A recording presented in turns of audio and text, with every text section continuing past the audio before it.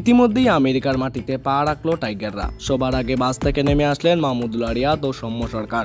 বুধবার রাত আমেরিকার উদ্দেশ্যে ঢাকা ছেড়েছিল বাংলাদেশ ক্রিকেট দল। ঢাকা থেকে আমেরিকার দূরত্ব ৭,৮৭৪ মাইল, যা কিলোমিটারে দাঁড়ায় ১২,৬৬২ কিলোমিটার। সেই হিসাবে ঢাকা থেকে আমেরিকায় পৌঁছাতে সময় লাগে ১৮ ঘন্টা ৫৭ মিনিট। তাই তো আজ সকাল ১০টায় আমেরিকার মাটিতে পা রাখল বাংলাদেশ ক্রিকেট দল। সবাইকেই ফুরফুরে মেজাজে দেখা গিয়েছে, বিশেষ করে তাসকিনকেও হাসি মুখে দেখা গিয়েছে। সবাই এয়ারপোর্টে নেমেই যার যার মোবাইল নিয়ে ব্যস্ত হয়ে পড়েছিলেন। টিম হোটেলে এসে সবাইকে ফুরফুরে মেজাজে দেখা গিয়েছে।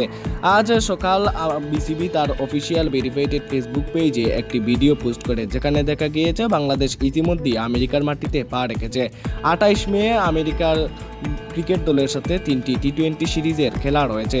প্রথমটি অনুষ্ঠিত হবে ২৮ মে এবং পরবর্তীতে আমেরিকার বিপক্ষে টি-20 সিরিজ খেলার পরে প্রস্তুতি ম্যাচ হিসেবে ভারতের বিপক্ষে মাঠে নামবে টাইগাররা।